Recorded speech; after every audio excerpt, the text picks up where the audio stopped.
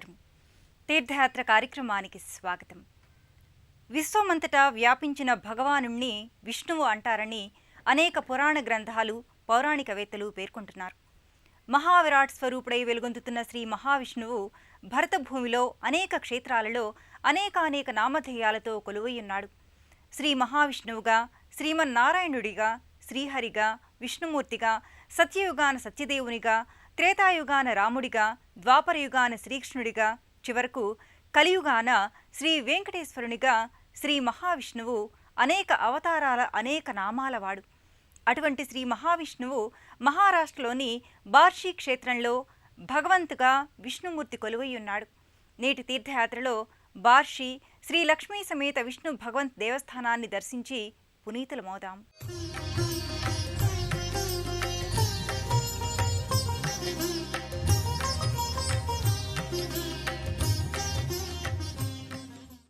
నాభిలో పద్మమున్నవాడు, ప్రశాంత వదనుడై సర్పమునే శయ్యగా చేసుకున్నవాడు, విశ్వానికి ఆధారభూతుడైనవాడు, స్థితికారుడు, కృతయుగావతారుడు శ్రీ మహావిష్ణువు. ఆ శ్రీహరి ఎన్నో నామధేయాలతో, మరెన్నో అవతారాలతో ముల్లోకాల భక్తజన శ్రేణుల పూజలందుకుంటున్నాడు. ఆయన కాలాతీతుడు, కాలగమనుడు, కాల నిర్ణాయకుడు. ఆయన భగవంతుడు. సరిగ్గా ఆ పేరునే ధరించి శ్రీ విష్ణు భగవంతుగా మహారాష్ట్ర షోలాపూర్ జిల్లా బార్షి క్షేత్రంలో నెలకొని ఉన్నాడు స్వామి. అతి పురాతనమైన దేవాలయ గర్భాలయంలో శ్రీహరి కొలువైన తీరు మహాద్భుతం. నల్లని కృష్ణశిలా విగ్రహంలో మలచబడ్డ విష్ణు భగవానుని రూపమది.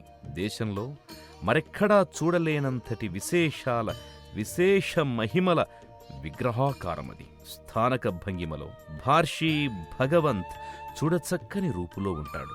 ఒక చేత శంఖు, మరో చేత చక్రం, కింద ఉన్న చేతిలో గద. ఇలా విష్ణు స్వరూపం కొత్త కాదు, వింత కాదు. కాని ఈ ఆలయ మూల విరాట్టులో విష్ణు భగవంత్ విగ్రహ నుదుటపైన శివలింగం, వక్షస్థలిపై కోపిష్టి భృగుమహర్షి తన్నిన కాలిగుర్తూ ఉండడం ఒక విశేషమైతే, ఆ భగవంత్ విగ్రహానికి వెనక వైపున ఆయన దేవేరి లక్ష్మీదేవి కూడా శిల్పితమై ఉండడం మహావిశేషం. ఇదే విగ్రహాకృతిలో మరో అపురూప అంశం ఏమిటంటే, విష్ణు భగవంతును అశేష భక్తి శ్రద్ధలతో అర్చించిన భక్తుడు అంబరీష మహారాజు రూపం కూడా శిల్పితమై ఉండడం. బార్షి భగవంత్ మూల విరాట్టు మామూలు సమయాల్లోనే కాక ప్రతి ప్రత్యేక దినాల్లో, పర్వదినాల్లో ఎంతో ప్రత్యేకాలంకారంతో శోభిల్లుతుంటాడు. తళతళలాడే నల్లని శిలా విగ్రహంపై స్వర్ణాభరణాలు వింత వెలుగుల్ని వెదజల్లుతుంటాయి. నగిశీలతో జిగేల్మనే పంచలోహ మకరధ్వజ తోరణం కింద నిలబడి ఉన్న స్వామివారికి స్వర్ణ కిరీటం, కర్ణాభరణాలు, పతక సహిత హారాలు, నానావిధ పుష్పమాలికలతో శోభాయమూర్తిగా కానవస్తాడు స్వామి. అలంకార ప్రియుడైన విష్ణు భగవంత్ సర్వాలంకృతమై ఎనలేని దయాళువుగా, వరప్రసాదితుడిగా లక్షలాది భక్తుల మనస్సులను ఆకట్టుకుంటాడు. ప్రతినిత్యం భక్తజన సందోహంతో ఆలయం కళకళలాడుతుంటుంది. భారతదేశంలో నిర్మితమైన ఆలయాలు అనేక ఆగమ వాస్తు రీతులను అనుసరించి నిర్మించబడ్డాయి. దక్షిణ భారతంలో ఎక్కువగా నాగరశైలి, వేసరి శైలికి చెందిన ఆగమ వాస్తు విధానంలో దేవాలయాలు నిర్మించారు. ఉత్తర భారతాన మరిన్ని వాస్తు విధానాలు, శిల్పరీతులు ఉన్నాయి. వాటిలో ప్రఖ్యాతమైన హామండ్ పంత్ శైలిలో నిర్మితమైన ఆలయం ఈ బార్షి విష్ణు భగవంత్ దేవస్థానం. ఈ దేవాలయ నిర్మాణ శిల్పరీతిని మనము వీక్షిద్దాం. దేవానాం దేవస్యవా ఆలయా అని ఋషిపుంగవులు తెలిపారు. దేవాలయమనేది ప్రార్థన కోసం, పూజ కోసం దేవతా విగ్రహాలను, ఇతర ఆరాధ్య వస్తువుల్ని ప్రతిష్ఠించి వాటి రక్షణ కోసం కట్టించిన కట్టడమే దేవాలయం అని అర్థ వివరణలు. సప్త సంతానాల్లో ఒకటి అని కూడా అంటారు. కొడుకు లేక కూతురు, తటాకం, కావ్యం, విధానం, ఆలయం, వనం, భూదేవ స్థాపనం అనేవే ఆ 7 సంతానాలు. అటువంటి దేవాలయ నిర్మాణాలు ఆగమాల అనుసారంగా రూపుదిద్దుకొని వాస్తు శాస్త్రానుగుణంగా సాగాయి. ఉత్తర భారతాన ఇండో ఆర్యన్ శైలిలో, దక్షిణ భారతంలో ద్రావిడ శైలిలో ఆలయాలు నిర్మించబడ్డాయి. నాగర శైలి, ద్రావిడ శైలి ఈ రెండూ కలగలిసిన వేసర శైలిలో కూడా ఆలయాలు వెలిశాయి. పాండ్యుల కాలమైన క్రీస్తు శకం 1150 1350 సంవత్సరాల మధ్య, క్రీస్తు శకం 1245 సంవత్సరంలో ఈ ఆలయం నిర్మితమైంది. ఆ చోళుల, పీష్వాల పరిపాలనా కాలాల్లో ఈ ఆలయం మరింత పునరుద్ధరణ జరిగింది. ఈ ఆలయ నిర్మాణం శిల్పకళారీతి హేమాడ్ పంత్ విధానంలో సాగిందని పురావస్తు శాస్త్రజ్ఞులు వెల్లడిస్తున్నారు. మహారాష్ట్ర సోలాపూర్ జిల్లాలో రెండవ పెద్ద పట్టణంగా, వర్తక వాణిజ్యాలపురంగా పేరొందినది బార్షి. హేమాడ్ పంతి వాస్తు ప్రకారం ఈ ఆలయానికి నలుదిశలా 4 ప్రవేశ ద్వారాలున్నాయి. అయితే ప్రధాన ప్రవేశ ద్వారం మాత్రం తూర్పు దిశగానే ఉంది. పూర్వం ఆలయాలు దారు నిర్మితంగా ఉండేవి. అదే రీతిలో ఈ భగవన్ దేవస్థానం గర్భాలయం ముందున్న విశాలమైన ముఖమంటపమంతా చెక్కతో ఓ రాజమహల్ని తలపించేంత సుందరంగా, కొయ్యలపై పలు శిల్పాకృతులు, లతాయుగ్మాలు చెక్కబడి ఉంటాయి. ఈ ముఖమంటపం తరువాత 2 ద్వారపాలకులున్న మొట్టమొదటి గర్భాలయ ద్వారం, వైష్ణవ ద్వారపాలకులైన జయ విజయులున్న 2వ ద్వారం, అవతల ఎంత దూరం నుంచి చూసినా చూడచక్కనైన దర్శనాన్నిచ్చే గర్భాలయం ఉంటాయి. అతి పురాతనత్వాన్ని వ్యక్తం చేసేలా అలనాటి నగిషి, జిలుగుల లతలు, దైవ జంతు ఆకృతులు ఈ తాపడపు రేకులపై రూపొందించబడి ఉన్నాయి. గర్భాలయానికి కట్టెదురుగా స్వామివారి నిత్య సేవకుడైన గరుడస్వామి పాలరాతిమూర్తిగా ఓ చిరుమందిరాన ఉన్నాడు. ఈ ఆలయానికి నలువైపులా ప్రదక్షిణలకు, స్వామివార్ల ఉత్సవమూర్తి ఊరేగింపులకు అనువుగా విశాలమైన మాడవీధులు కూడా ఉన్నాయి. హేమాడ్ పంతి, ద్రావిడ, నాగర శైలి వాస్తు ప్రకారంగా భగవంత ఆలయ గర్భగృహం పైన ఎత్తుగా పిరమిడ్ ఆకృతిలో, వక్రరేఖాకృతిలో విమాన గోపురం ఉంటుంది. పండరిపూర్ పాండురంగని ఆలయ గోపురం వలె నిటారుగా స్థూపాకారంలో ఇది కానవస్తుంది. ఆ గోపురంపై ఉన్న పలు గూడు మందిరాల్లో దేవతామూర్తులున్నాయి. ఆలయమంతటా ఉన్న గోడలపై పలు శిల్పాకృతులు సందర్శకుల్ని ఎంతగానో ఆకర్షిస్తాయి. మహాదేవస్థానం అనదగ్గ అన్ని హంగులు, చారిత్రక, పౌరాణిక పురాతనత్వాలున్నది ఈ బార్షి శ్రీ లక్ష్మీ సమేత విష్ణు భగవంత్ దేవస్థానం. శక్తి స్వరూపిణి ఆదిపరాశక్తి తన అంశను 3 అంశాలుగా, 3 స్త్రీశక్తి స్వరూపాలుగా వ్యక్తపరిచింది. ఆ ముగ్గురు త్రిమూర్తుల దేవేరులై వెలుగొందుతున్నారు. సృష్టికర్త బ్రహ్మ సతీమణిగా సరస్వతీదేవి, లయకారుడు శివుని అర్ధాంగిగా పార్వతీదేవి, స్థితికర్త శ్రీ మహావిష్ణు పత్ని శ్రీ మహాలక్ష్మి విష్ణు హృదయ నివాసినిగా అవతరించారు. ఈ బార్షి ఆలయంలో విష్ణు భగవంత్ స్వరూపమే విలక్షణమైతే, స్వామివారి దేవేరి ప్రత్యేక స్థానంలో కొలువుదీరి భక్తులకు సంభ్రమాశ్చర్యాలను కలిగిస్తోంది. ఈ ఆలయంలో ఆమె నెలకొన్న తీరు, ఆ మహాతల్లి దర్శనం ఓ ప్రత్యేకంగా భాసిల్లుతుంది. సృష్ట్యాదిలో మహాశక్తి సృష్టిని పాలించేందుకు విష్ణువుకు తోడుగా ఉండమని లక్ష్మిని ప్రసాదించిందని దేవీ భాగవతంలో చెబుతారు. అప్పటినుంచి లక్ష్మి నిత్యానపాయినిగా, విష్ణువు ఏ యుగావతారుడైనా ఆ యుగానికి తగ్గ అవతారంతో విష్ణుపత్నిగానే ఉంది.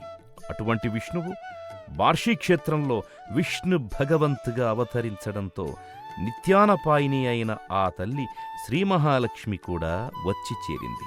ఎక్కడా అని వెతకనవసరం లేకుండా ఆ తల్లి దర్శనమిస్తోంది. భగవంతు మూలవిరాట్టు పక్కనే ఉన్న అద్దంలో అమ్మవారి ప్రతిబింబం భక్తులకు కనపడుతుంది.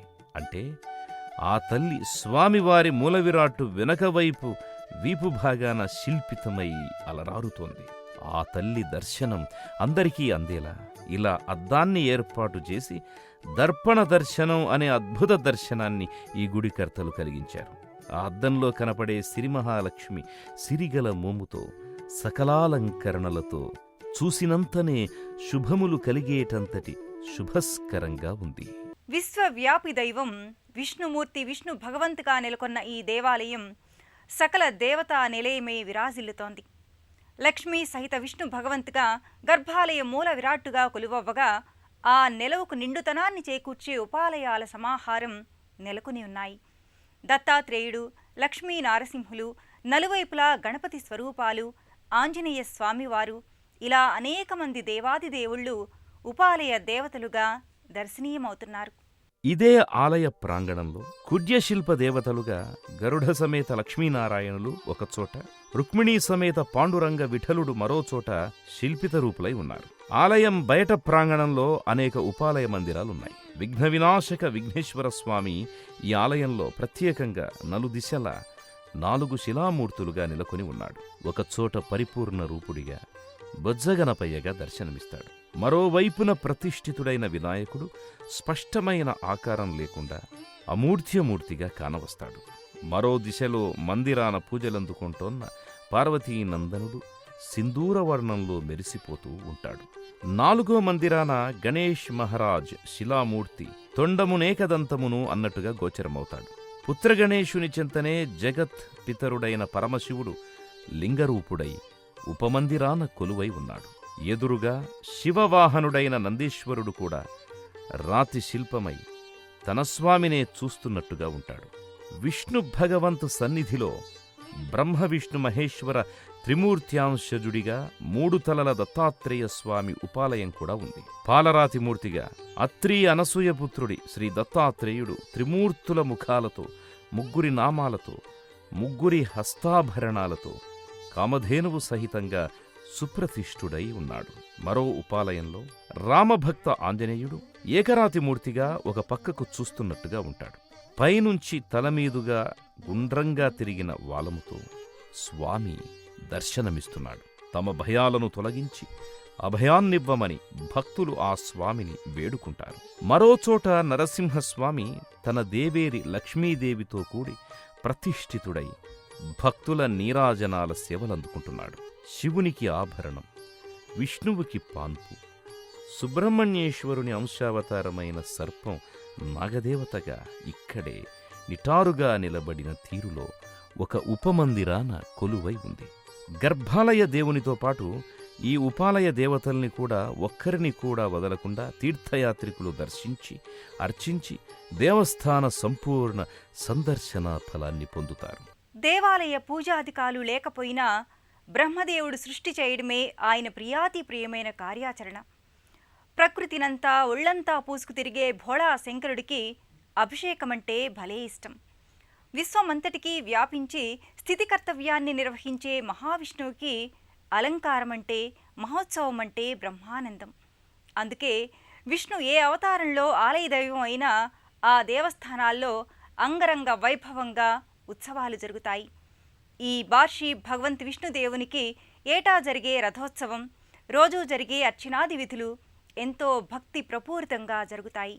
ఈ ఆలయం నిత్య అర్చనాది సర్వోపచారాలు నిర్వహణ నిమిత్తమై 1760లో శ్రీ నానాసాహెబ్ పీష్వా 1974లో బ్రిటిష్ ప్రభుత్వం 1823వ సంవత్సరంలో ఈస్ట్ ఇండియా కంపెనీ వారు కొన్ని నిధుల్ని కేటాయించినట్లు ప్రభుత్వ రికార్డుల్లో నమోదై ఉంది.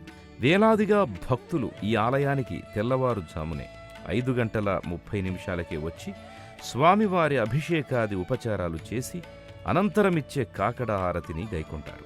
ఇక్కడ నిత్య విధుల్ని పంచ్ కమిటీ ఆధ్వర్యంలో కాకడ హారతి, నిత్యపూజ, మహాపూజ, ధూపహారతి, సాయంకాలం షేజ్ హారతి తదితర కార్యక్రమాలను క్రమం తప్పక పాటిస్తారు.